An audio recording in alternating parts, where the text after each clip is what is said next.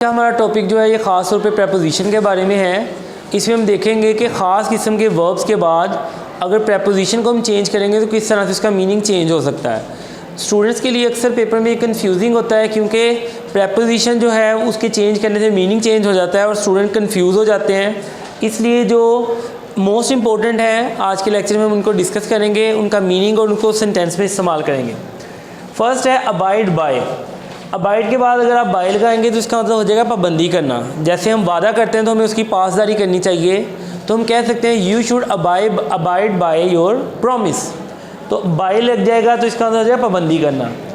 Abstain from, किसी भी चीज़ से बचना। हम किसी को अगर एडवाइस देते हैं you should abstain from smoking, तुम्हें स्मोकिंग से परहेज़ करनी चाहिए, तो एब्सटेन के बाद फ्रॉम आना चाहिए। इल्ज़ाम जब हम किसी पे लगाते हैं तो उसके बाद हमेशा अक्यूज़ के बाद ऑफ का इस्तेमाल होता है। अक्यूज़ का मतलब है इल्ज़ाम, ऑफ जो है इल्ज़ाम लगाना, दोनों की सेंस में होगा। He was accused of theft. Theft चोरी को कहते हैं, उस पर क्योंकि चोरी का इल्ज़ाम लगा है इसलिए अक्यूज़ के बाद हमने ऑफ का इस्तेमाल किया। अकस्टम टू का मतलब है जैसे कस्टम रिवाज को कहते हैं। अकस्टम टू किसी भी चीज़ का आदी होना। It is difficult for us to accustom to new situations. नई सिचुएशन में ख़ुद को डालना हमारे लिए मुश्किल होता है, तो अकस्टम के बाद हमेशा टू का इस्तेमाल होगा। एक्ट अपॉन, जब आप किसी की नसीहत पे अमल करते हैं तो हम उसके लिए अपॉन का वर्ड इस्तेमाल करते हैं। You should act upon my advice, या he did not act upon my advice. Act के साथ आप अपॉन लगा देंगे तो इसका मतलब हो जाएगा पर अमल करना। एडिक्ट का मतलब होता है नशा। एडिक्टेड टू, किसी भी चीज़ का आदी होना। He is addicted to gambling, he is addicted to smoking. किसी भी चीज़ का अगर आदी होना जो है तो एडिक्टेड के बाद हम टू का इस्तेमाल करेंगे।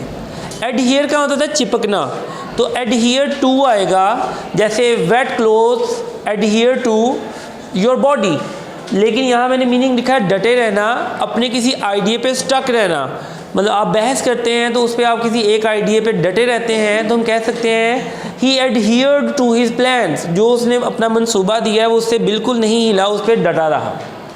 अफिलिएट, आजकल आपने देखा होगा बहुत सारे कॉलेजेस जो हैं वो किसी यूनिवर्सिटी के साथ अफिलिएट होते हैं। तो अफिलिएट विद का मतलब मुल्हिक होना। लाइक हम किसी भी कॉलेज का कह सकते हैं, let's suppose ABC colleges adhere to GC university Faisalabad. तो अफिलिएट विद का मतलब होगा किसी चीज़ के साथ मुंसलिक होना, मुल्हिक होना। एग्री टू और एग्री विद ये इंपॉर्टेंट है। देखिए सिर्फ प्रेपोजिशन चेंज करने से आपका मीनिंग चेंज हो रहा है। एग्री टू होगा किसी तजवीज़ से मुत्तफिक होना।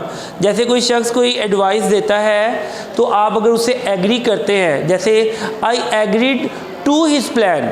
हम यहाँ हमारा प्राइम फोकस प्लान है तो इसलिए एग्रीड टू आएगा। लेकिन एग्री विद आएगा किसी शख्स से मुत्तफिक होना। हम अगर कोई प्लान देते हैं तो हम कह सकते हैं आई एग्री विद अली, यानी अली ने जो भी बात कही है मैं उससे एग्री हूँ। किसी शख्स का जिक्र आएगा तो विद आएगा, उस शख्स का कोई आइडिया या कोई प्लान है, कोई तजवीज़ है तो फिर टू आएगा। हालांकि दोनों में देखें वर्ब सेम है, प्रेपोजिशन चेंज करने से मीनिंग चेंज हो गया। तो पेपर में कंफ्यूज नहीं होना, ये याद रखें विद किसी शख्स के लिए आएगा, टू किसी की तजवीज़ से मुत्तफिक होने के लिए आएगा। एम एट का मतलब है निशाना बांधना। जैसे हंटर जो है, the Hunter aimed at his prey, जो उसका शिकार था उसने उस पर निशाना बांधा, ये वाला। एम इन लाइफ हम ऐसे याद करते हैं तो एम एट का मतलब होगा किसी चीज़ की तमन्ना करना। He aimed at of becoming a doctor. Apologise, दोनों में देखें एक के साथ फॉर है और एक के साथ टू है। अपोलोजाइज फॉर आएगा किसी बात के लिए माफ़ी मांगना। Like he apologise for his carelessness, उसने अपनी लापरवाही के लिए माफ़ी मांगी। He apologise for his misbehaviour, जो उसने मिसबिहेवियर किया उसने उसकी माफ़ी मांगी। लेकिन अपोलोजाइज टू आएगा जब किसी शख्स से माफ़ी मांगेंगे। He apologise to him for his misbehaviour, यहाँ पे हमने उस शख्स का भी जिक्र कर दिया इसलिए हमने टू का इस्तेमाल किया। आर्ग्यू विद का मतलब होता है किसी के, आर्ग्यू टू का मतलब है किसी के साथ झगड़ा करना या बहस करना। तो don't argue with your father, अपने फादर के साथ बहस मत करें, झगड़ा मत करें। एसोसिएट विद का मतलब होगा किसी के साथ उठना बैठना। इसका मतलब ये है जैसे हम कंपनी की बात करते हैं, he is associated with bad company, यानी जैसे हम कहते हैं डोंट कीप बैड कंपनी, तो एसोसिएट का मतलब होगा किसी के साथ मुंसलिक होना, किसी के साथ अटैच होना, किसी शख्स के साथ उठना बैठना।